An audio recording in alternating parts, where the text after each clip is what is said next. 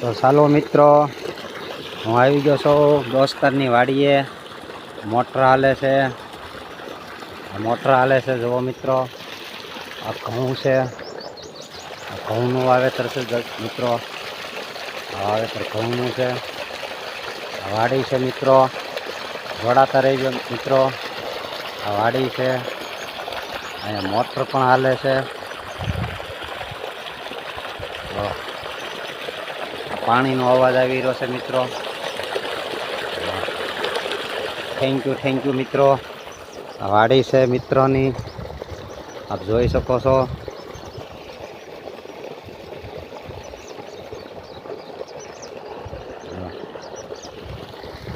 આ ઘઉં છે.